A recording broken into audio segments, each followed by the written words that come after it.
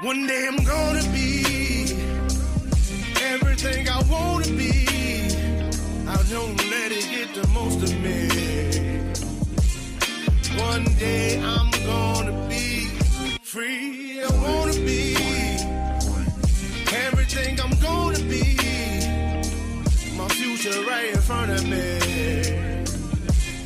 One day I'm gonna be free. I wanna be free. Then let me be free. From the depths of darkness, a voice emerges. A host with a fire burning in his soul. With a heart of steel and a spirit unbroken. He rides on two wheels ready to claim his throne. Amidst the chaos and the thunderous roar, insane wheels rise as a force to be reckoned with. Fueled by the power that only metal can bestow. He takes his stand, refusing to submit. Insane wheels hear his battle cry. A metal mayhem that will never die. With vengeance roaring, he paves his way. A legend in the making, day by day.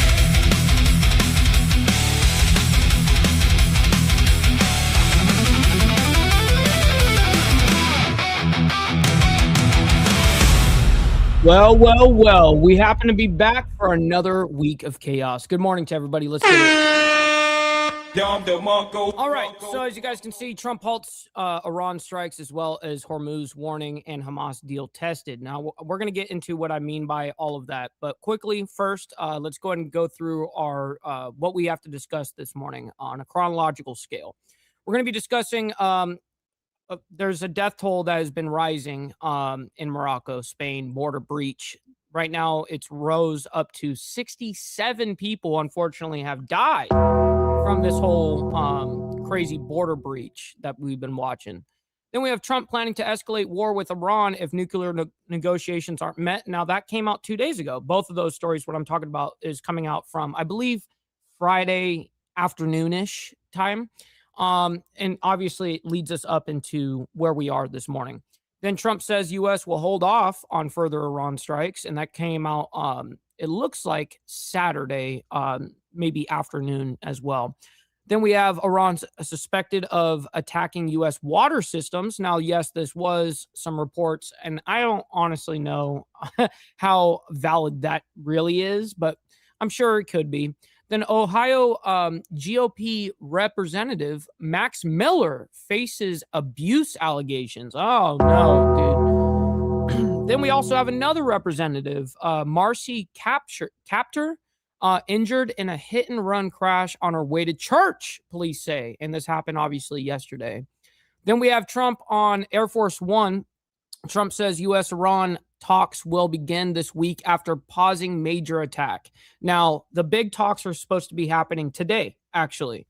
So we'll be watching it nonstop this week. I mean, just like we always do. Middle East update: Hamas disarmament deal reportedly faces Israeli concerns. Yeah, that it's not going to actually fucking happen or something. What's the concern? Then we have Iran war. Trump cancels U.S. strikes ahead of renewed talks. And then we have Trump, new talks on Iran will begin Monday, which is today, and that coming out only an hour ago. So we've got all the latest up-to-date information on this stuff. Make sure, let's go ahead and do our call to actions, and then we'll get into the madness of this morning. Make sure you guys hit that like button, double tap that screen if you guys are on the vertical side. It's very much appreciated, and it's free to do so. You know what else is free? Is hitting that subscribe button. This is what we do Monday through Friday. And then, of course, we have members only on Saturday morning, where we don't discuss any of this shit anyways. Speaking of members, please consider becoming a member starting only at $4.99 a month, making sure we're not breaking the bank out there with anybody. But check it out. This is what allows us to be on these airwaves, as well as have these lights on. So thank you guys for becoming members and staying members. Little side note here, make sure you guys follow my Instagram at BallValveTV, where I post everything behind the scenes of not only my life, but as well as the show, Millennial Food Time, breaking news, as well as the, politics in general. It's a great way to get a hold of me one-on-one. And we also have a Discord server for all of you legends. If you guys use Discord, go in the video description down below. That's where you can get the invite link. And it's us as a community, but of course, the great part about it is as well is we have breaking news in there where there's a little area in the Discord where I break minute by minute news.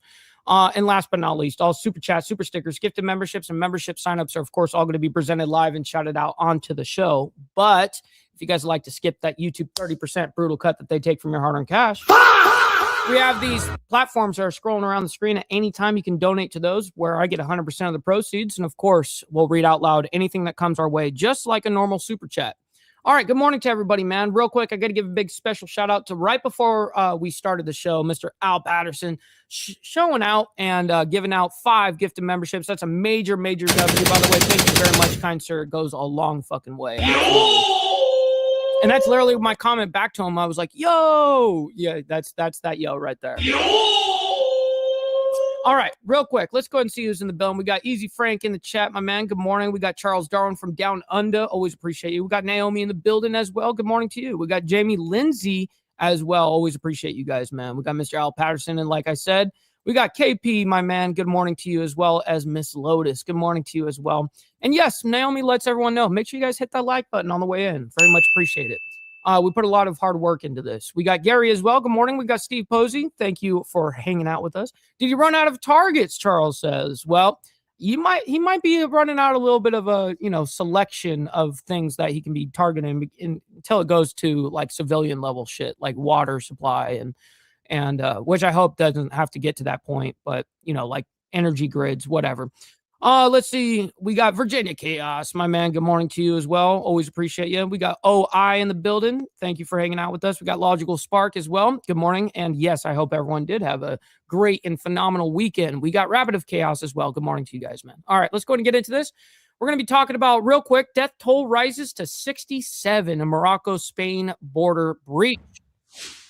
Welcome back here on Live Now from Fox, the time 8:09 on the East Coast and 5:09 on the West Coast. My name is Josh Breslow. I'll be here for the next 2 hours as we continue to break down all of your top stories and live events from across the country and across the world. And as always, we are covering a lot of breaking news that continues to come into the newsroom. Take a look at this video. Man, how do you get all these motherfuckers coming in at once? Like thousands and thousands of people. How do you get them all to come at once? Who's got to plan that? Video here as the death toll sadly now rising to 67 after tens of thousands of people breached the border heading from Morocco into Spain's Ceuta territory. The update coming in this morning from the Spanish government here. Again, 67 people confirmed dead, but that number could rise. Now, some of those and I'm sure it has risen. This was reported on Friday afternoon. So let me go ahead and also look up. I'm gonna do this. I'm actually going to look up right now and see if this is the confirmed number as of this morning. Migrants were seen swimming for several miles through the sea, facing down law enforcement who tried to turn them back with water cannons, tear gas, warning shots, all of that. Those who died either drowned or were killed in a stampede to cross a breakwater barrier that was near that border checkpoint. Now, officials there do estimate that about 60,000 migrants were involved in all of this. Again, 60,000. Holy this fuck. video coming in from the last several days. Okay, here. so the update. So it's saying this was on Friday, right? So this is death toll is risen to 67. But the actual number as of right now, it says no, 67 is no longer the latest reported figure. The 67 deaths figure was accurate in early reporting as Spanish authorities continued recovering victims after the mass migrant rush from Morocco into Spanish enclave. And it says the latest report numbers are at least 72 confirmed deaths, according to Spanish officials. That's coming from Reuters, by the way. The situation remains fluid, and local officials have indicated the toll could rise further as recovery and identification efforts continue. Some local counts have even reported higher totals, though 72 is the figure most consistently cited by major international outlets, such as Reuters, coming out from Reuters. All right. So that at least we got what's going on with that. I do want to talk more about all of this, what it means, what happened, and what happens next. I want to bring in Simone Rodan-Benzuquin. She is the senior envoy for Europe at the Foundation for Defense of Democracies. Thank you so much. What's up, No Girl? Good morning to you. Much for taking the time to be here with us today. Thank you very much, Josh, for having me this morning. And I 72 want to now. start by kind of going over the basics here because there is a lot to this, a lot of bits and pieces that are coming in. And of course, that leads to a lot of misinformation and communication. So, for folks out there, can you explain exactly what's going on here with Spain and Morocco? So first of all, you described it very well. What happened in Ceuta is both a humanitarian tragedy and a very serious security situation. You have to understand, this is a tiny city. It's basically a few thousand, 85,000 people in the city, and 60,000 people came into this. God damn, I didn't know that. I didn't realize it was that little population in their direct city. What? I got to hear that figure again. Tragedy and a very serious security situation. You have to understand, this is a tiny city. It's basically a few thousand, 85,000 people in the city, and 60,000 people came into this tiny city. God damn. Oh, hell no. Denied. I'd be so livid. In a matter of 24 hours. It is also a humanitarian crisis because you mentioned it rightfully. There's at least 67 people who have died. Now, the reasons why The updated number is 72 now. this has happened are multiple, but one of the main reasons is that there has been a strategic failure that Spain basically has outsourced for years the decisive protection of a European border to Morocco. Oh, shit. And discovered then when You know what? I'm an asshole. We got Mr. Al Patterson also sent over on the Cash App right when we started. I'm super sorry that I'm just now seeing it. I was just too focused on getting the show started. But he sends in, Mr. Al Patterson sends in 420 times 2, which would be 840. Yes, sir. Thank you for the Cash App. Very much appreciate it. You know exactly where it's when going. Moroccan enforcement on their side sort of doesn't work so well anymore, or even disappears, then Madrid has basically no independent capacity to stop the influx. And of course, you're looking at some of the video of different protests that have taken place. We've seen a lot of that happening. We've seen the video. We brought live images of this about, I would say, 24 hours ago as all of it was seen unfolding there. You can see so many people in the water. How is Spain going about balancing the humanitarian concerns with border security when you have something of this magnitude? Humanitarian concerns? Like what kind? Like feeding them? So first of all, most of the migrants have now returned to Morocco already. But the bigger question now is, of course, political. Prime Minister Sanchez is in a very difficult position because there are loads of questions that are being asked. Dude, this shit is so sickening to watch. So sickening. And then you got motherfuckers out here giving aid to these people while they just trample all over their fucking country. Let's go ahead and just aid these people. Man, I'd be more like, with like, hey, let's get the army out here and let's get you just start shooting into this shit. Not really, you know what I mean? But let's get these motherfuckers out of here. There's also a wider European question because many European countries within the EU now have said this cannot happen. Look at that shit. The European Union must be able to protect its outside borders and not be in the situation where it, is being flooded by migrants, creating a humanitarian catastrophe and of that sort. And see, you're not even wrong, Charles. You get someone doing that, what I just gave on the sound effect, yeah, those motherfuckers are going to scatter. So there will be, of course, now very, very serious questions that will be asked to the Spanish government. And Turn also, around, of course, bitch. There will be questions. We got Quick Shoe in the building. Shout out to my man. Good morning to you. Great to see you. Happy start of the week to you and everybody, my man. To the relationship between Morocco and Spain, because the question will be whether Morocco has sufficiently guarded the border or whether it even used some of the sort of let the open border migrants come into the country. So it will be a very complicated political situation, I think, within the European Union, with some very, very tense discussions, I believe, in the days and weeks to come. Man, she is the best FDD representative I think I've seen yet. I mean, a lot of these guys from the FDD, man, they just are goofballs. I'm really not concerned too much more about what she has to say in that part. Let's go ahead and move on into these other images that I'm seeing. Basically, the free circulation of people within the European Not continent. this one. The same goes for Denmark. The same goes for Austria. So this will obviously create a little bit of debate here on the ground. And obviously also with elections coming up in several key countries, in France in particular, in 2027, it will also obviously the question of immigration, the question of how do we... Yeah, they did, Charles. It's like I forget what they exactly call it, but it's not like a state of emergency, but it kind of is kind of thing where they shut it all down and all that. But how are they going to enforce it? Protect our borders will obviously be key. Are they going to enforce it? You could just say all day long, yeah, it's shut down. Well, are you going to enforce that? That's the hard part. And just one thing I would like to mention, one of the things that I think has become very clear is that the Prime Minister of Spain has been such a proponent of immigration. He has spoken about the fact that he wanted to legalize over 1 million illegal migrants in Spain. Yeah, that's fucking bullshit. So the question now that is coming from other European countries is whether this has actually not created the situation that then immigrants from Morocco actually wanted to come to Spain. And again, because there is free circulation within the European Union, it doesn't only pose a problem for Spain, but for the larger European Union. Yo, Virginia Chaos, that's low-key way funny. Enforce it like Cash App does, yo. He's been blocked twice from donating to me because of just using a word. Are you going to be watching for here as, again, you mentioned that a lot of these migrants who headed over there and crossed the border, some making the trek for miles upon miles in that water there, have returned over to Morocco. And what are you going to be watching for here in the coming hours, days, and potentially weeks? Well, basically what the government's going to fucking do, especially. How are they going to actually enforce it? All right, let's go and move on from this lady. She did a phenomenal job, in my opinion, because a lot of the FDD guys, man, they're just goofballs. But they do have some good information, some good insight sometimes, but she was by far the better one. All right, Trump planning to escalate war with Iran if nuclear negotiations aren't met. And now this, I'm going to give you just the top monologue. We're not going to go and play this whole thing because we have updated information that leads us to this morning. Okay. So this is, let me see what day this came out. This came out, it looks like on Friday evening, Friday afternoon, something like that.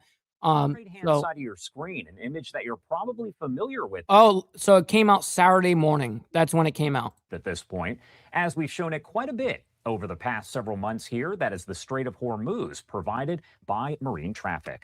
And I want to get you to the latest coming in out of the region here as the White House is signaling that President Trump is weighing new strikes against Iran as tensions rise, including with those new Iranian attacks this week on ships in the Strait of Hormuz. White House Press Secretary Caroline Leavitt telling Fox News Digital in response to reports of those expanded attacks against Iran that Tehran, quote, will continue to pay. Now, White House Press Secretary Caroline Leavitt, as I mentioned, telling Fox News in response to those reports that Tehran will continue to pay, quote, the United States signed an MOU with Iran and they broke it, shot at commercial ships and killed Americans. That is true. That is true. The United States did sign an MOU with Iran and then they did break it. Shot at commercial ships and killed American soldiers, which is also true. Soldiers. President Trump is not going to stand by and allow this terrorist behavior to occur. Iran will continue to pay until they come to the table in what President Trump deems a meaningful way. Now, we also heard President Trump asked about this as he was speaking there at Camp David just yesterday. There's a report that you got a proposal from the military to go big and hit them hard over 10, 14 days. Well, we're going big. Are you going to We've already gone big. Look, what's big? Their radar is all gone. Their leaders are all gone. Everything's all gone. But they'll fight on it. Oh, shit. Oh, shit! Oh, shit! Oh, shit! All right, so again, that was President Trump there at Camp David during his cabinet meeting just yesterday. Now, in the meantime, the Hamas terror group is telling the Associated Press that it will follow President Trump's plan and disarm if Israeli troops leave Gaza. And you are taking a live look at this hour over Gaza City. Trump announcing just days ago that the terror group had agreed to do that. Eylon Levy is the former Israeli government spokesperson, joining us now live to discuss everything related here to the Middle East. Eylon, as always, thank you so much for being here with us. Yeah, I really don't, it's automatic going to be biased as fuck, obviously. But let me go ahead and just get the top monologue of what this guy's got to say. If it's too much bullshit, I'll just let you know and we'll move on. Hello, Josh. Good to join you. And I have to ask you here first. What's up, brother TNT? Good morning and happy start of the week to you, my man. About that situation, because Hamas tells the Associated Press, which is a weird phrase to say overall, but says that they are going to disarm if Israeli troops leave Gaza. What do you make of that? Can you believe what a terror group has to say? Usually when something sounds too good to be true, it is. And here Hamas is telling us the small print. I think it's a little bit confused. Hamas needs to disarm and Gaza must demilitarize before Israel pulls out of the Gaza Strip. Of course, that's going to be how Israel's going to move. Of course. Israel is not going to allow a terrorist army to sit on its borders again. First, Hamas must get rid of its weapons. Then Israel will withdraw so that the border will be safe for the Israeli communities that were so barbarically attacked on October 7th. Okay, all right, enough. Yeah, you're done. Enough of that shit. Typical. That's exactly what I thought he was going to do too. All right. Trump says U.S. will hold off on further Iran strikes. This came out, it looks like Saturday afternoon. So let's go and see what is going on here. Here we go. We're getting breaking news It actually came out in the evening, Saturday evening. from President Trump on the Iran war. Let's get straight to it. I'll read it verbatim. The USA is locked and loaded and ready to go against the Islamic Republic of Iran at levels of military terror, strength, and power not seen since World War II. Despite this, we have just been asked by Iran and other Middle Eastern countries to hold off any attack in that perimeters of. Real quick, we got Prez in the building. Shout out to my man. Good morning. A deal has been agreed to. This would include the immediate, complete, and total opening of the Hormuz Strait and an end to Iran's nuclear threat. Based on this request, I have agreed, for the future benefit of the world and likewise the survival of a successful and prosperous Iran, to cancel the attack, subject to being able to rapidly make a deal. The country of Israel joins me in this commitment. Get to work, everybody, and get it done. Thank you for your attention to this matter, President Trump says on social media. So he starts by saying that the U.S. is locked and loaded, and surely there have been reports to suggest that there could be some sort of larger scale attack that the U.S. Right. But now we're in current time now. There was a little bit different landscape on Saturday evening than it is today, where we've got some diplomatic talks that are going to actually happen today. And I'll let you guys know how that goes tomorrow, essentially. was getting ready for. And President Trump says that the U.S. has just been asked by Iran to hold off any attack, in that the parameters of a deal have been agreed to. President Trump says that he wants the complete and total opening of the strait and an end to Iran's nuclear threat. So, President. Yeah, the good luck. I don't know how it's going to be all enforced and how it's all going to actually happen in the end. All right. I worry for our exit strategy with Iran. It's going to be like that's what you guys have heard me say since day one. Anyways, Iran suspected of attacking U.S. water systems. Now, let's go ahead and bring this up. It actually didn't get that much attention, so it must not even be really true. It was just a claim. And this is typical. Let's track the latest in the Middle East. Let's bring retired Marine intelligence officer, national security analyst. Hey, I'm always down to hear it from Hal, so let's do it. And the host of the Strap podcast, Hal Kempfer, in here with me. Hal, we want to talk about a couple of headlines that have made it across my plate here. I want to start with this one from the New York Times saying at least 7 states are among the targets of cyber attacks on U.S. water systems. They say it increasingly appears that this is the work of the Iranians. Hal, the main concern has never been Iran striking the U.S. mainland directly. But this is a reminder that doesn't necessarily mean they can't try to do damage in other ways. Yes, and they can do it in other ways. That is true. We got Steve Posey, by the way, coming in with the 800 joules and says, turn it up. My man, absolutely. Turn that shit up. Appreciate you, my man. Thank you for the 800 joules, man. That's $8 right there. What is your reaction to this story? Austin, I'm really not surprised. Real quick, we got Texas Gidget as well. Good morning to you. Great to see you. The Iranians have been doing things like this in this realm for quite some time. They love to go after utilities. We've had other water systems attacked in a cyber attack mode in the past, and we thought those were tied to the Iranians as well. So I'm not really surprised this is happening. I think it started with one state, but they started looking at water systems in multiple states. And of course, when you do, you start seeing lots of things. There's a capability that the Iranians have. They have always been leaning forward on using cyber warfare tools, if you will, in a variety of different ways. I just think that it would be very hard. I'm sure that they attempt to hack us every fucking day, but this is the United States we're talking about. You know, you're going to have some super skilled and people and resources, talent, all of that to be able to get past our shit. So I don't know, man. I think a lot of that is just all like threats. It's just empty threats. I'm not really shocked at all to see this. And another thing is like with terrorism, the Revolutionary Guard Corps is a designated terrorist group. Hybrid warfare, as far as the Iranian states is involved. That's another thing they do, where they will go out there and conduct all these sorts of attacks. And it does kind of blur a distinction between a non-state actor and a state actor. But they love to do asymmetric warfare, and this falls well within the scope of where they feel comfortable. You know, another story that made it across my plate recently, Hal, I wanted to ask our producing team here if we can put up the Washington Post article. There it is. The Post says that the top U.S. general in Europe privately warned the Pentagon this week that he lacks sufficient naval forces to continue protecting Israel from incoming ballistic missiles.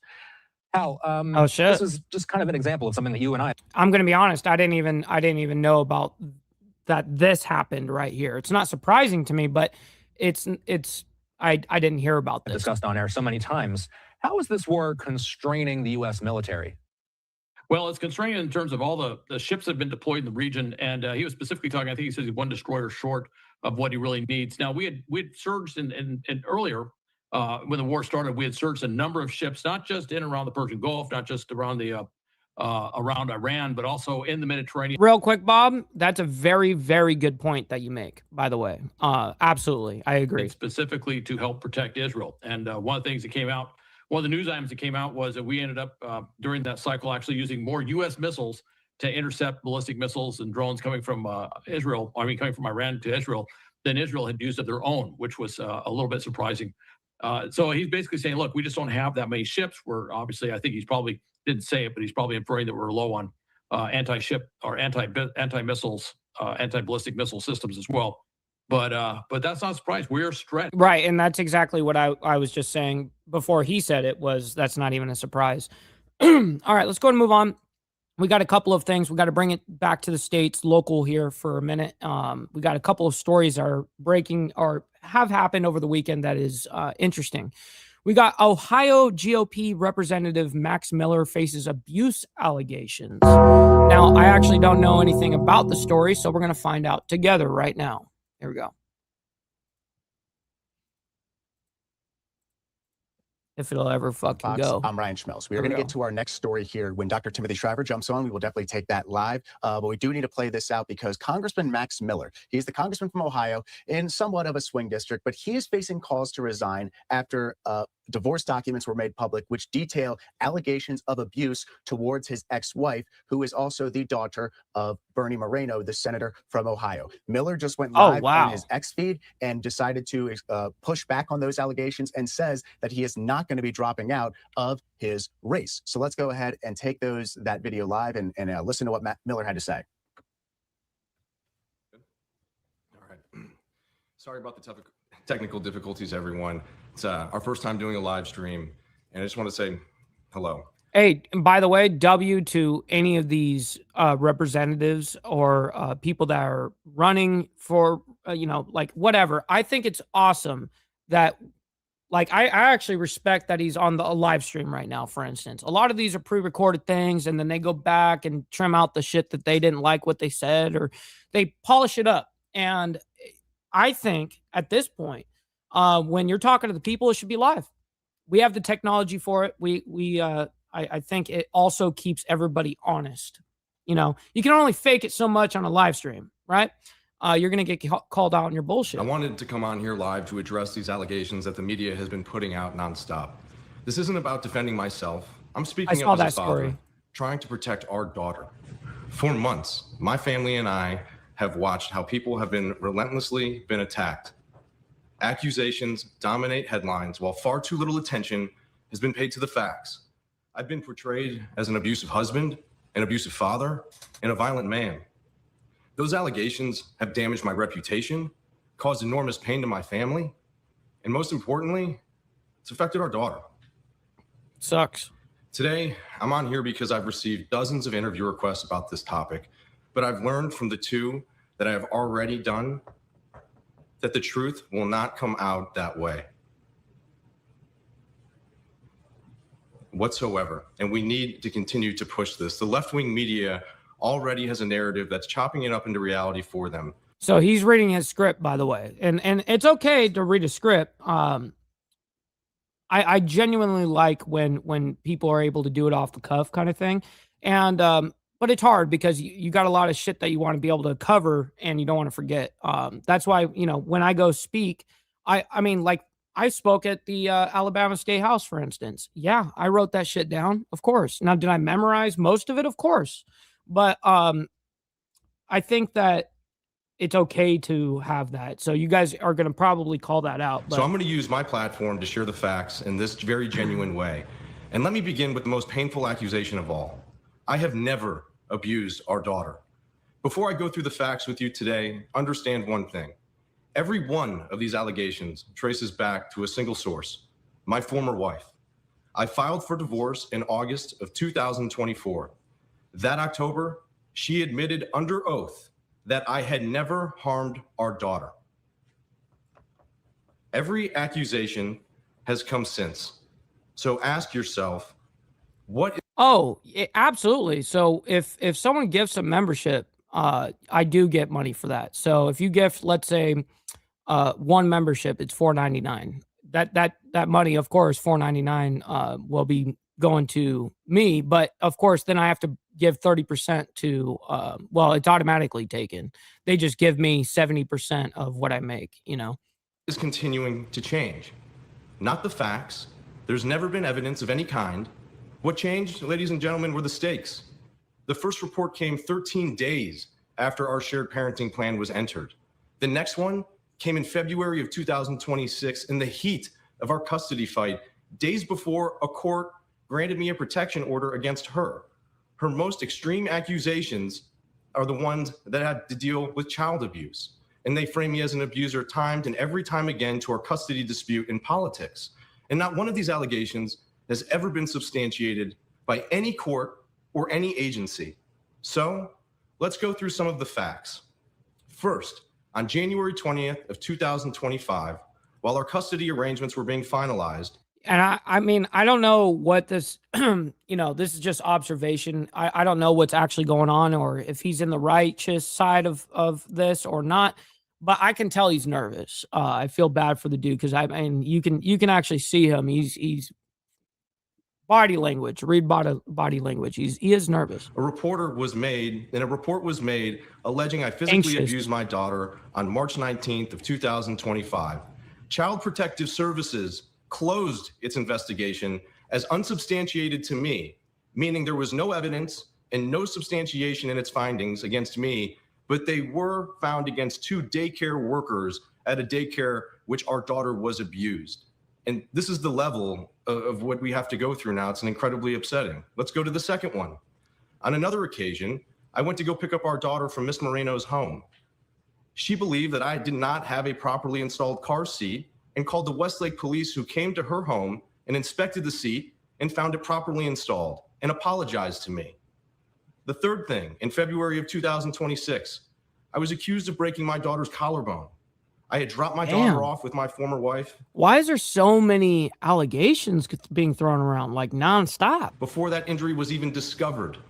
She was not in my care during that time, and when I found out about her injury, I canceled my trip to Florida to be there for her while she recovered.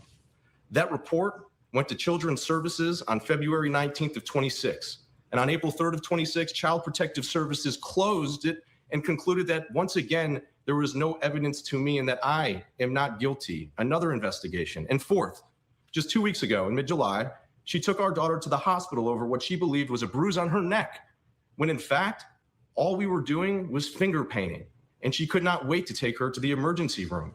Just want to be clear, no court, no agency has ever substantiated any allegation. Now, by the way, when you guys are seeing the lag happen on his side, that's his side. That's not ours over here. Of abuse against me. No criminal charge has ever been filed against me. My former wife is engaging in a pattern of reporting incredible, serious, and destructive allegations with absolutely no evidence. Every one of these allegations was investigated. And I say that again, every single one of these allegations were already investigated. And I cooperated fully every single time because I had nothing to hide and I have nothing to hide now. Our court-appointed parenting coordinator, and please listen to this, is a psychologist and a mandatory reporter, meaning she's required by law, ladies and gentlemen, to report suspected abuse. She has seen everything my former wife has offered against me. In a sworn deposition just this past May, our parent coordinator testified that she was not convinced I ever abused my former wife or my child, and that she has never made a report about anyone hurting our daughter, including myself. Under oath in a deposition, she called these media reports of these incidents greatly exaggerated. My daughter and our daughter, well, I can tell you she's my entire world. And the evidence against me, I wouldn't be able to have joint shared custody of her. In fact, ladies and gentlemen, for those of you who know, I actually have more time with her and our daughter than the average divorced father in Ohio. And if you're out there listening and if you've been through a custody dispute or you've been through a divorce.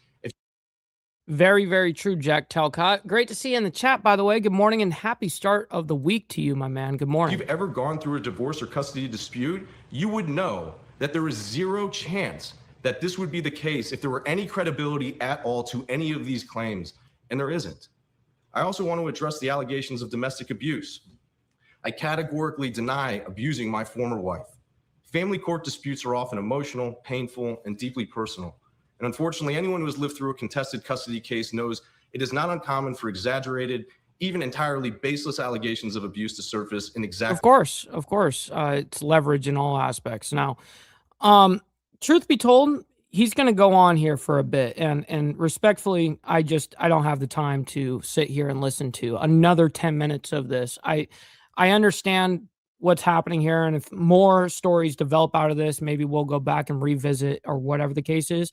I really don't have any opinions about that whole thing. I just feel bad for the innocent, right? We got Representative Marcy Kaptur, I think that's how you say her name, injured in a hit-and-run crash on her way to church, police say, and that happened, obviously, yesterday. That's terrible news. Let's go ahead and figure out what's going on here. Let's go ahead and bring this up here for you guys. We do want to get to some breaking news that we're following out of Ohio. One of the longest-serving members from the House of Representatives, Marcy Kaptur, involved in a car crash. And by the way, make sure you guys get the likes up, my man. Listen, we got well over 80 people here between both the live streams, so make sure you guys hit that like button, double tap that screen on the vertical side. You don't have to love all the craziness that's happening around the world, but you guys can like it for me and what we're doing here on Insane Wheels. So thank you for that. Crashed, hospitalized as she was on her way to church earlier on today. I do want to put this up here on Live Now from Fox News, talking about this breaking news event as Marcy Kaptur, the Democrat from Ohio, was hospitalized with non-life-threatening injuries after she was involved in a car crash while she was on her way to church on Sunday morning. Marcy also on social media from her official account saying this morning, the Congresswoman Kaptur was a passenger in a vehicle on her way to a church service when the car she was traveling in was struck. She is active, alert, and being treated for non-life-threatening injuries. Good. We look forward to additional information from Toledo police as they investigate the accident. The Congresswoman Kaptur is thankful for quick actions of first responders from Toledo police and fire departments who arrived promptly on the scene, and the medical professionals helping to take care of those involved in the crash. She expressed her deep gratitude for the hundreds of constituents who've reached out and looks forward to returning to a full schedule soon. So a scary incident in Toledo as she's being treated right now for non-life-threatening injuries after. All right, so he's just going to repeat it. Okay, sounds good. We understand. I'm just glad that she's not actually seriously hurt. Okay, let's go ahead and get into Trump says U.S.-Iran talks will begin this week after pausing major attack. Now, we got the information this morning that these meetings are negotiations, quote unquote, to an extent, meeting at the table, diplomatic talks, whatever you want to call it, is going to be happening starting today. So we'll be getting into that here very soon.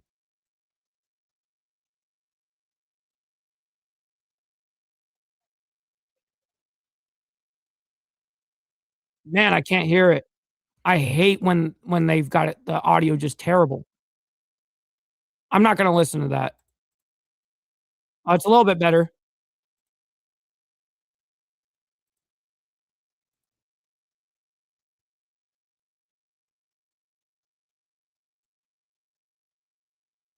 Hold on. Why am I not sharing the screen? I thought I could have swore I was sharing the screen. But I was going through it and just seeing because it was just terrible audio. Here we go. I don't want to comment. But this is where it starts getting a little bit better on audio. So let's see. Hold on. Support the Japanese currency. Because we have a good relationship with Japan. We're very strong, very, very strong financially.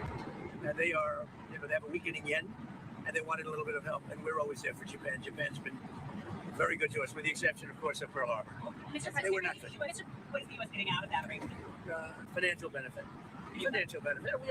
It's also good for the world economy. But we make, like when we did with Argentina, like I criticized, we made $25 billion on that deal. On Venezuela, we make hundreds of millions of dollars. I make good deals. Intel, I made $75 billion for the country. I didn't make for me, I made for the country. Intel, I backed Intel. It's the hottest stock right now on the New York stock, on the various stock exchanges. So we made about $75 to $80 billion. Japan wanted to, it was really more than anything else, it was a signal of friendship. He just got questioned about some Japanese currency and shit. And it's because I backed one his opponent, and his opponent won in a landslide. Yeah, I don't care about that. Be a reimbursement for the pain that they suffer. A lot of people like it. If they don't approve time, I put it back on the table. A lot of people like it. A lot of big supporters of Trump like it. Oh yeah, that's. I just learned about it. Yeah, he's just hearing about the whole allegations that we just presented. What, a story or two ago? Well, I'm going to look at it. Interesting. I mean, so far it's accusations. I'll be looking at it. Sir, how you estimated? Yeah, he said he just learned about it, so that's it. All right, that's enough terrible audio for me that I can take on Air Force One. It's just terrible. Anyways, we're gonna move on. Middle East update: Hamas disarmament deal reportedly faces Israeli concerns. Yeah, you think? Denied. You think these guys are gonna disarm themselves? Come on, man. Anyways. Let's track the latest in the Middle East. Let's get to some of the most recent posts from U.S. Central Command. Today, the U.S. military posted this video showing a U.S. Marine Corps F-35C stealth fighter jet launching from the USS Abraham Lincoln as the aircraft carrier transits the Arabian Sea and supports the U.S. blockade against Iran. CENTCOM says as of August 2nd, CENTCOM has redirected 35 commercial vessels, disabled 2, and boarded another 2. Meanwhile, we're waiting for more word from President Trump after he ordered American forces to hold off on new strikes against Iran last night. Trump says regional allies reached the parameters of a deal to end the 5-month-old war. However, today, Iran's foreign ministry spokesperson said on state television that the Strait of Hormuz will in no way return to the status that it was before the war started. And that Iran is discussing shipping through the strait with Oman, but there's no current talk about reopening the strait. You've been looking at pictures that U.S. CENTCOM has posted within the last week or so, as well as that. Why would you do that, Charles? That seems so evil and cruel. Video of the F-35C stealth fighter. Professor Alon Burstein is here with me to discuss the latest. And Alon, we kind of had a bit of a whiplash last night. There was an expectation that the U.S. might carry something large out, and then President Trump putting the brakes on. I want to show you something I saw from Saudis. Trump and Saudi Crown Prince Mohammed bin Salman had a call before the strike was called off. This statement is coming from the Saudis. It says, in part, the Crown Prince stressed the need to prioritize dialogue to reduce escalation and the importance of making every possible effort to achieve calm that paves the way for diplomatic solutions, preserves the region's security and stability, and prevents a wider conflict whose repercussions would affect regional and international security and stability. So, Alon, how important were regional allies in preventing an escalation this weekend? Thank you for having me, Austin. As always, it's complicated. We have lots and lots of conflicting reports. Iran and the United States have been talking, despite all the denials coming out from Iran and the power struggles within there, and then the denials, then confirmations from the United States. There's been constant ongoing talks between the sides on a back channel, not the highest level, but on back channels. That's one of the avenues that contributed seemingly to this, I won't say de-escalation, but at least pause in the expected escalation. That's one facet. Right. And so I got something to let you guys know about on a factual level of what this pause is and what it resembles, but I'll let him finish his monologue first. Another facet is the region is right now divided between the sides that are pushing the United States towards carrying out what they call one final blow, and that is primarily Israel, and rumors are the United Arab Emirates are also pushing the United States to escalate. Trump said something different, but those are the rumors that are coming out from the Middle East. In turn, on the other side, we have Saudi Arabia, Qatar, Kuwait, Bahrain, all of these countries. What's up, Joker? Good morning to you. Great to see you in the chat, by the way. Qatar and Saudi Arabia have a direct line to the ear of the president, and all of them are trying to pressure Trump to de-escalate and find a way out of this. I want to put up something here, which also is something that added pressure to the region, and that is an image that Iran published. Iran put this out on Friday night, Saturday. I saw this. This came out throughout all of Iran state media. It is their response, essentially, to Trump's threats. And they are showing here a list of energy facilities and targets. The ones in orange are oil, the ones in blue are gas. And the opposite, I think. The ones in orange are gas, and the one in blue are oil. And they are showing an array of targets in Saudi Arabia, in the United Arab Emirates, in Qatar, in Kuwait, in Israel, that they say their missiles are poised and ready to attack if and when their energy facilities are attacked. So what Trump has been saying all along is that in one foul swoop, Iran is going to lose all of its power plants and bridges. Iran is saying the region needs to brace for the fact that the retaliation is going to be not against the United States, against all of the energy production in the region also. Iran put this out on Friday night, Saturday. Reports of a lot of calls between Qatar and Saudi Arabia and Trump throughout the weekend. Trump now puts a halt and says talks are going to resume. He just put out a thing on Truth Social saying talks are going to resume tomorrow. One more thing that I want to say about where things stand with regards to the possible deal between the sides. Over the last week, Iran and Oman have been holding talks about how to negotiate travel through the Straits. And essentially, yo, what's up, sick bastard? My man, good morning to you. Great to see you, my man. Always what Iran is appreciate trying you. to do is come up with a local deal with the partner, so to speak, on the other side of the strait, and therefore cut the United States out. Say both countries agree this is not just Iran imposing its own deals here. The latest thing that was published is that Oman proposed to Iran that they have a sort of joint monitoring mechanism, and Iran responded by offering that Iran will control one way of traffic and Oman will control the other way of traffic, which again would give Iran and theoretically Oman the possibility to cut off the waterway whenever they want. Now, over the last 24 hours, lots of rumors that the sides have come together and there is progress being made. I don't know on which of those versions. So I'll show you guys what their shipping routes actually look like, by the way. I've got them here on the pictures right here. So in the red is where that's the IRGC's shipping route, Iran's shipping route that they want implemented. And as you guys can see, the incoming traffic goes through Larik and Kesem Island right there. And the reason why that they actually did that is so that they could collect tolls by the end of all of this. But and as you guys can see, the gray arrows or lanes are the United States and Oman's shipping lanes, which we only recognize those shipping lanes, right? Anyways, so let me go ahead and bring this over to this. I'm going to share this tab with you guys.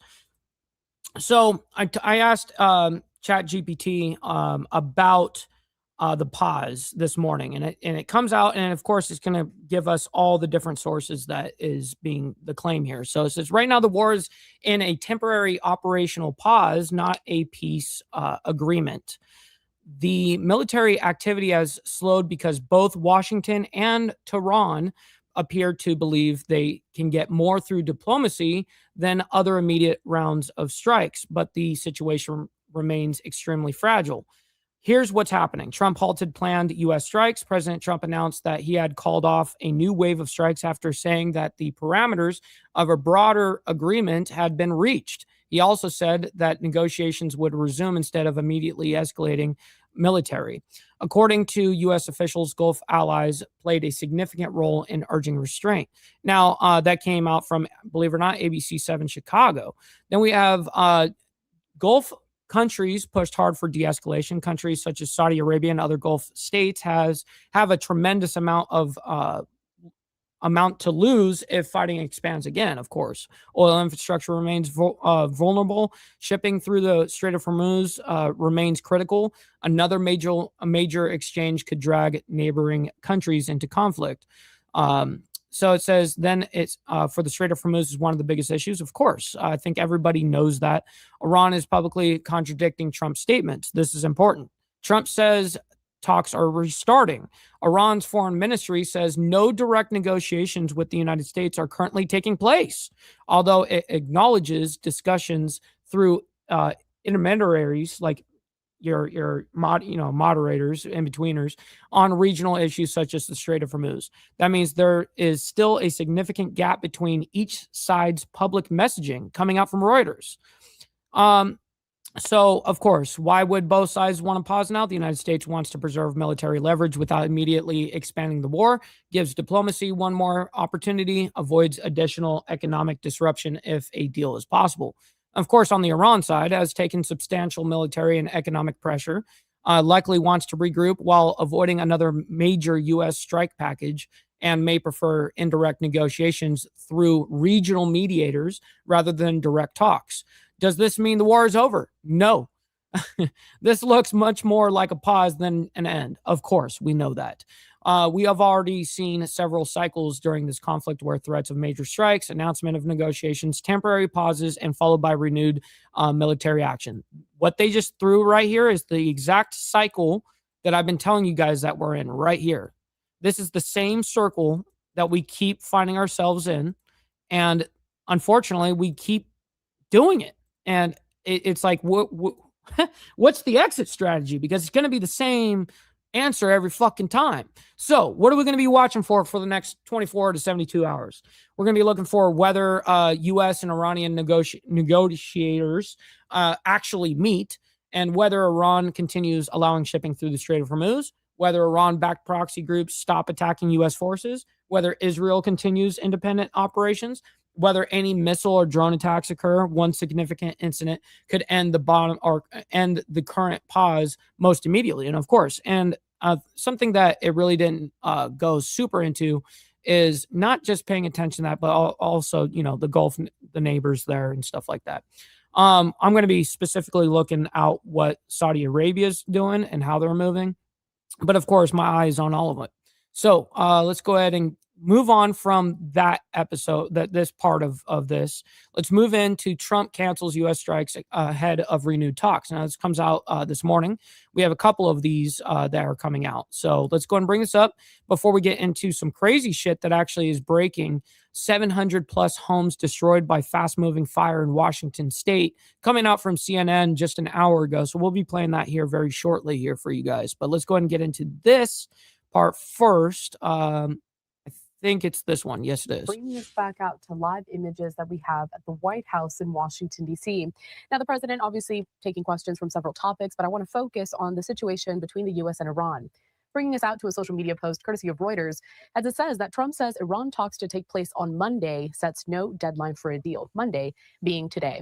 All right, joining us next to break down what we know so far is Jonathan Syed. He is an Iran program research analyst at the Defense for Democracy. FDD. Jonathan, good morning. Good morning. Great to be with you again. It's good to have you on here. All right, so let's just break this down. President Trump saying that negotiations continuing with Iran. There's no deadline set for those negotiations. Iran, however, is saying that no such negotiations with the U.S. specifically are taking place.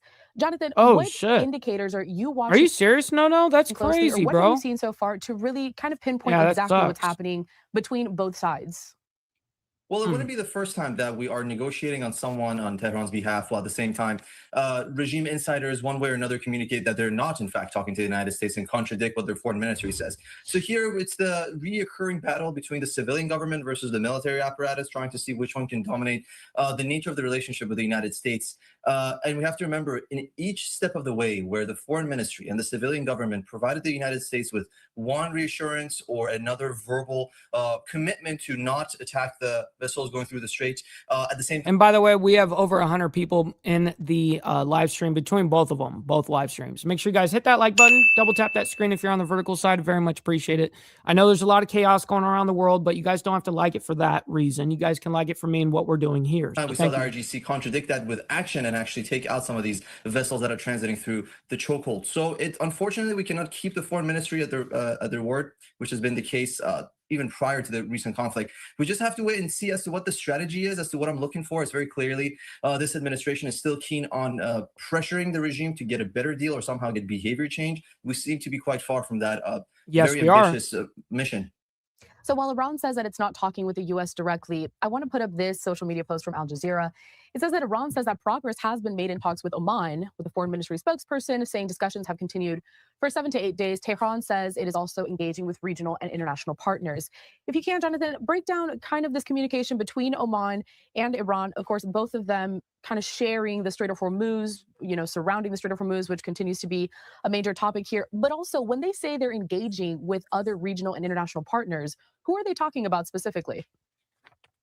To answer your first question, Tehran and Oman's relationship, it's a notable one from the Middle East. So Oman and Qatar are primarily the two Persian Gulf Arab states that have the closest ties to the Islamic Republic. Those are the assets that we often use when we want to negotiate with them indirectly. Now, the relationship, of course, has been tainted both with recent attacks from the Islamic Republic against both Qatar and Oman's infrastructure and where they house U.S. personnel. But more importantly, specifically with Oman, the Islamic Republic wanted to leverage its relationship with that country when it comes to tolling the strait, trying to claim that this is not an act of aggression, or at least a unilateral act of aggression from Tehran. Both countries are entitled to somehow obtaining a fee when different vessels are transiting. And Oman did not agree with that. And that's when they were, again, attacked by the Islamic Republic. So what's notable about these countries is that despite all the attacks they're getting. What's up, Dragon Classy? Good morning to you. Great to see you in the chat, and happy start to the week to you and everybody here. They still, one way or another, want to appease the regime, which really signals the fact that they are worried about the regime remaining in place and becoming more aggressive, and these allies feeling abandoned militarily, that they have to deal with a more aggressive, more hostile Islamic Republic that is deprived of cash flow and is more eager to obtain more. This is a live look at the Strait of Hormuz, courtesy of marine traffic, by the way. The green dots on the screen, cargo vessels, the red dots there. So what she means by cargo vessels is like container ships. And then you've got the red, which are tankers. Those are holding petroleum of some sort. Or tanker vessels. All right, I'm working off a lot of social media posts here, Jonathan, because I want to get your reaction to this. It kind of drives the conversation forward.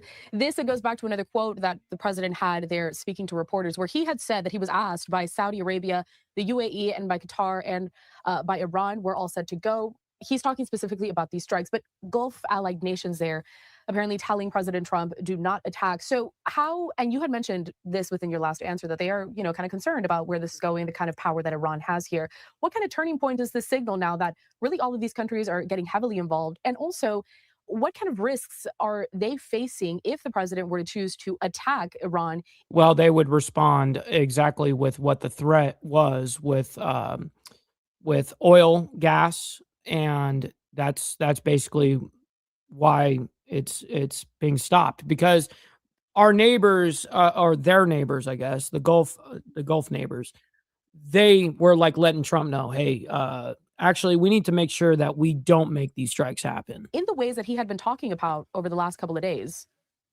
As you pointed out, these countries would be the primary victims or recipients of Iranian aggression. And that's inherently by design. The Islamic Republic knows it cannot really effectively reach U.S. personnel elsewhere. They tried in Europe. They tried assassination plots. And that's why they're going to go for oil and shit like that. You know what I mean? They just threatened it on Friday. Been trying to get involved with Israel, but that proved to be more costly. So the safest bet for them to maximize their leverage and cost against the United States is going after Persian Gulf state allies, paired with throttling the Strait of Hormuz again in the Persian Gulf. It requires cheaper missiles. At the same time, these states don't really meaningfully respond. We've seen a couple of reports here and there saying Saudi Arabia took out strikes against RGC in Iraq, or the UAE actually took out targets inside Iran. But again, very minimal in scope. But their stance is not necessarily a new development. These countries, for the longest time, have been caught in the crossfire, knowing Tehran's strategy. Their ideal scenario is two circumstances. One, a peace agreement, one way or another. Ideally, that would not give the Islamic Republic too much monopoly over oil exports. Ideally, not a return to the JCPOA, but one way or another, a peace deal that would halt these attacks. Or, well, not only halting attacks, but then also getting the Strait of Hormuz to the same exact what it was before the war. And this is maybe a bit ambitious to claim, but I do think these countries are also moving more towards regime change, because they know this hostile entity that they're residing by does not really abide by international norms. No, they don't. And the problem is you're not going to get a regime change from the air with the IRGC.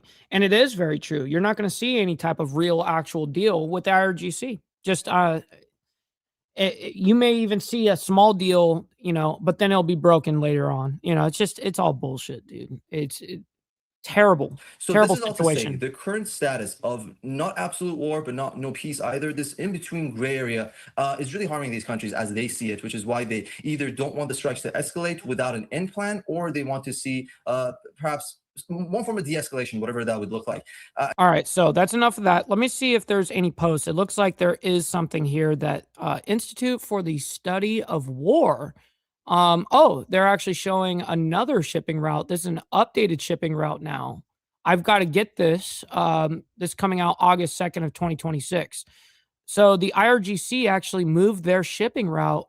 Instead of it going through between Lyric and Kesem Island, they actually moved it below.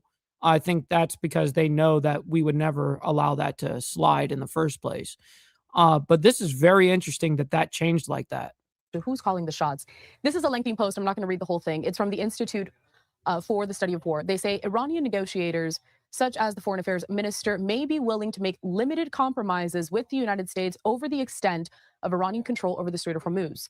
The Islamic Revolutionary Guard Corps faction, led by the IRGC commander, which appears to be currently dominating regime decision-making, will likely reject any arrangement that meaningfully reduces Iranian control over the waterway. However, all right, Jonathan, what kind of issue arises from this when we're hearing one kind of establishment of the leadership there in Iran saying, okay, maybe we'll come to a consensus, maybe we can negotiate, but we have the other side who seemingly is calling the shots, the IRGC, saying no. GG knows deal. Good morning, by the way, if I didn't say it.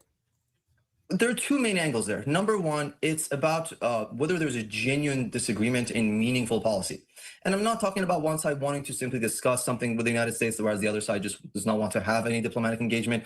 I'm talking about substantive issues, whether the foreign ministry or the civilian government genuinely wants to give up Iran's control over the Strait, or whether they, in fact, more or less agree with the broad strategy that the IRGC is using. Maybe they found the extent to be too far. Or another. Okay, that's enough of that. Let's go ahead and see if there is any other posts here. Looks like there is something.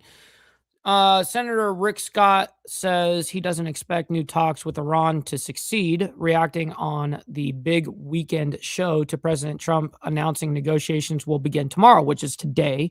He posted this obviously yesterday. Scott says Trump is, quote, giving diplomacy a chance, but adds, do I think it's going to work? Probably not.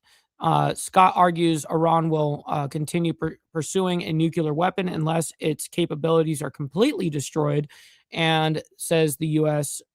must remain prepared to use military force.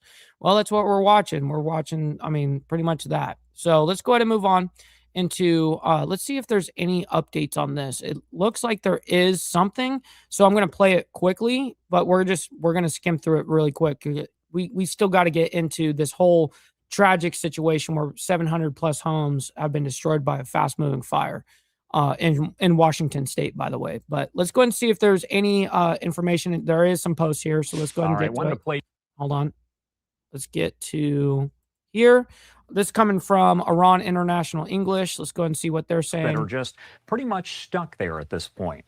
What I want to do is bring you all of the latest coming in out of the Middle East, as Iran is now claiming there are no. Yes, that is very true. We are officially in overtime. You know what they say about, overtime? No tax on tips, no tax on overtime. Send in your freaking money. Absolutely. All right, here we go. Discussions today with the U.S. over a potential peace deal, as President Trump says he stopped those new strikes because of those talks. Iran International English posting this, saying Iran is not currently holding talks with the U.S. and is instead negotiating with Oman over a temporary safe route through the Strait of Hormuz. That's according to the Foreign Ministry spokesperson. He said that today. Quote, as long as the United States continues its violations, there will naturally be no significant change in the situation in the Strait of Hormuz. Again, essentially reiterating here that they are going to take part in talks with Oman, but not with the U.S. In the meantime, Fox News saying President Trump says a deal with Iran is close and that talks will resume today, aimed at finalizing an agreement on the Strait of Hormuz. That's according to Trey Yingst, our buddy there over at Fox. The talks come after the president said he was asked by Qatar, the UAE, and Saudi Arabia to hold off on attacks as high-level negotiations continue. And that's exactly what we were explaining, why Trump actually didn't go through with the strikes. It wasn't just him doing a bluff or something like that. He actually legitimately got asked by those people, or those countries, for us to halt. All right, so to discuss pretty much everything. Don't need to discuss it. Let's go ahead and go into other reports that are being thrown up during this. Okay, there's something here coming out. We've only seen statements. Government of the Islamic Republic of Iran. Iran foreign minister arrived in Iraq.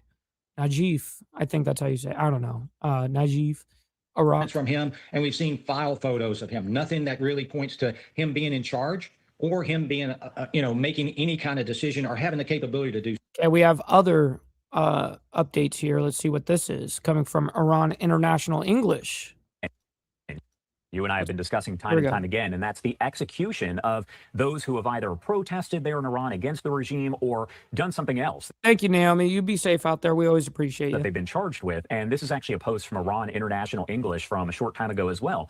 As they say, Iran executed 2 political prisoners convicted of, quote, spying and intelligence cooperation with Israel. That was earlier on today, according to the judiciary's Mizan news agency, reporting that a recent surge. What's up, Stacks, my man? Good morning. In executions tied to national security charges, we're seeing a lot of those kind of pick up. And you have a photo there of the 2 men who were killed in a hanging wave, so to speak, there on the left-hand side. So it seems as though Iran is still trying to prevent people from taking to the streets, like we saw in January, by not only hanging these protesters, but essentially doing it publicly so that other people see it almost as an example, basically saying, don't protest or this will happen to you. Yeah, it's making an example out of somebody in a situation which is terrible, fucking miserable.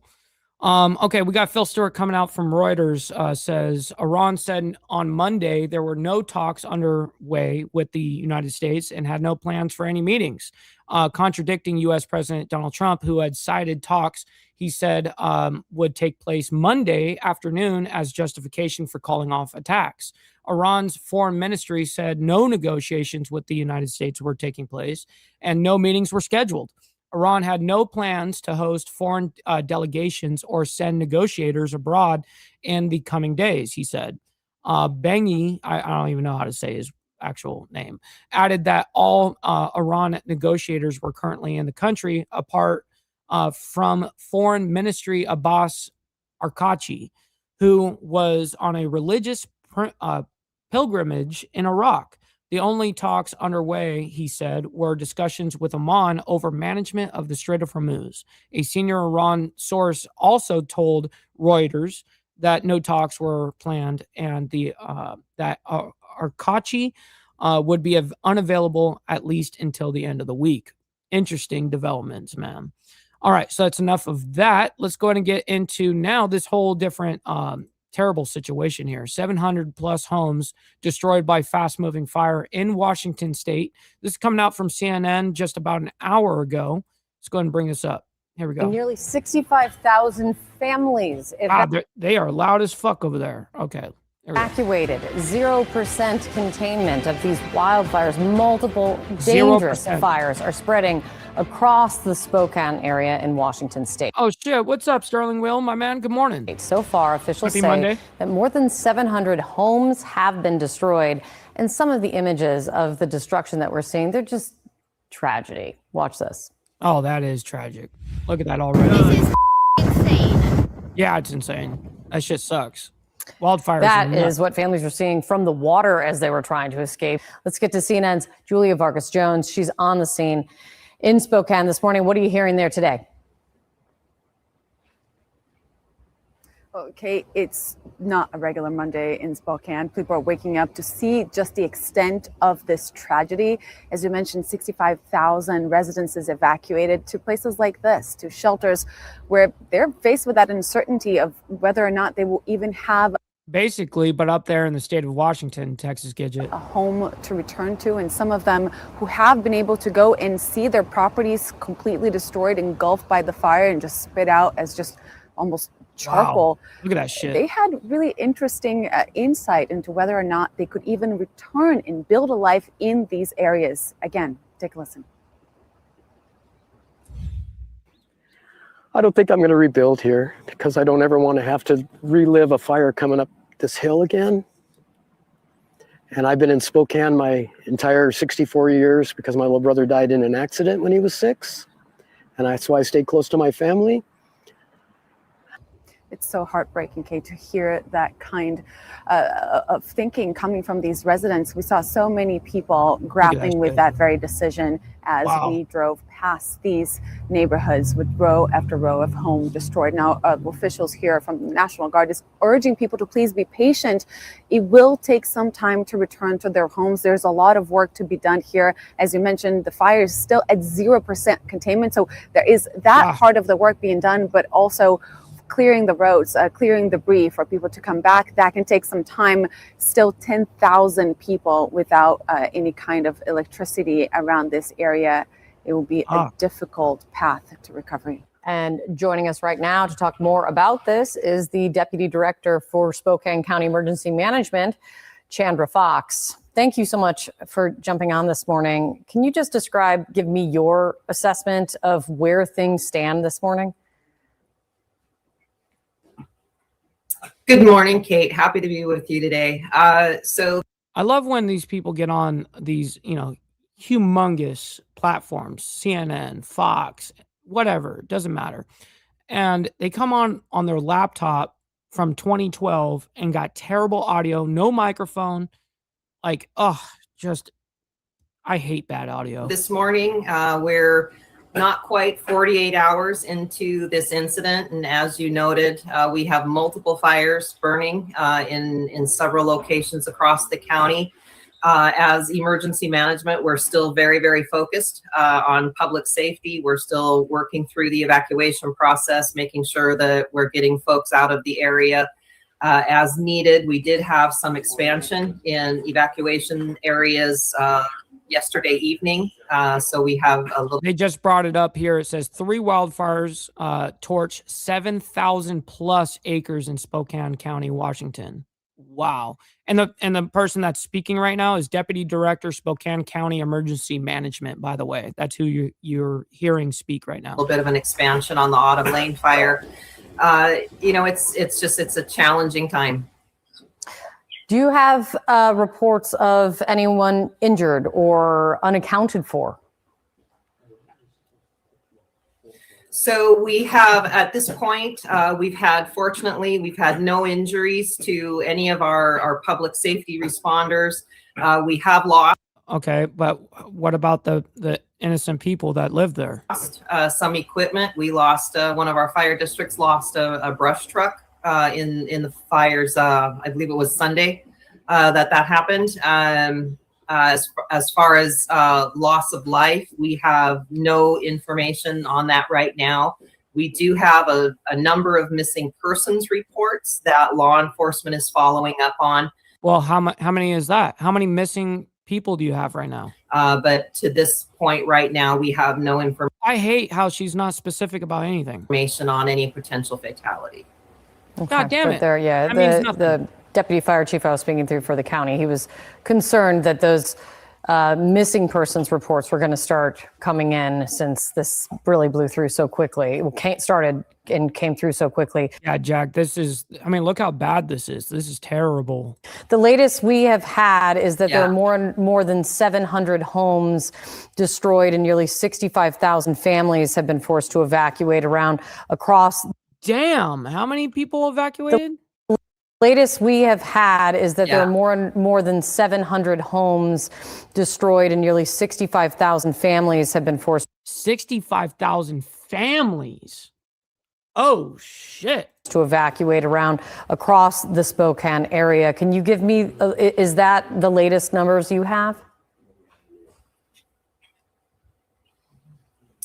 That's pretty much what we know right now. Of what we refer to as 700 structures.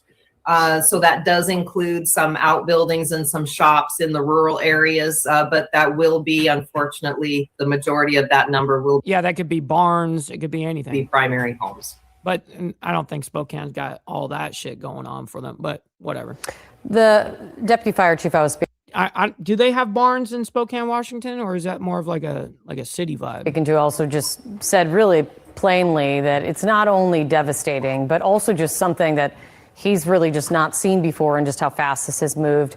Can you, Chandra, just give me your sense of that, your experience with this so far, what you're hearing from people on what is unfolding? It really is. It's not normal for us. I mean, wildfire is our primary hazard for Spokane County.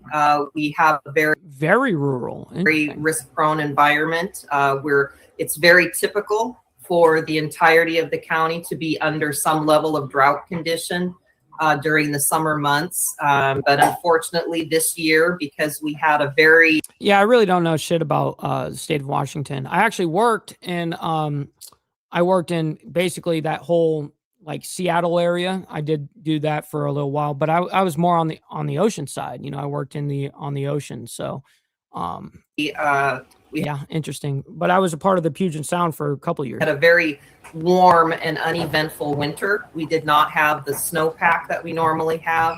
And so at this point, you know, we're here on the 3rd of August. And in terms of fuel load and fuel condition across the landscape, we're actually about 6 weeks ahead in terms of conditions. So where we're at today are conditions we normally see at the end of August or into September. So we're very concerned that not only are we under heightened risk, we're also potentially looking at fires well into October. Yeah, not only what you're dealing with now, but what this portends if you're already here today, what the rest of this fire season is going to look like for you guys. Chandra, thank you very much. You guys have a lot of work ahead of you. I really appreciate you. Potential is not good. Yeah, no, this is terrible. And the happy truck driver, I appreciate you with the insight there. All right, ladies and gentlemen, I can't thank each and every single one of you guys enough. Obviously, I cannot do this without you guys. And thank you to the members that allow us to sincerely do this Monday through Friday. And then, of course, members only on Saturday morning, man. So anyways, listen, we'll be back tomorrow morning for more of the World's Madness as we continue down this truth-seeking adventure. We always appreciate you guys. Make sure you guys hit the like on the way out. Double tap that screen if you're on the vertical side. And listen, man, we'll be back here tomorrow morning. So much love, honor, respect, everybody. God bless. From the depths of darkness,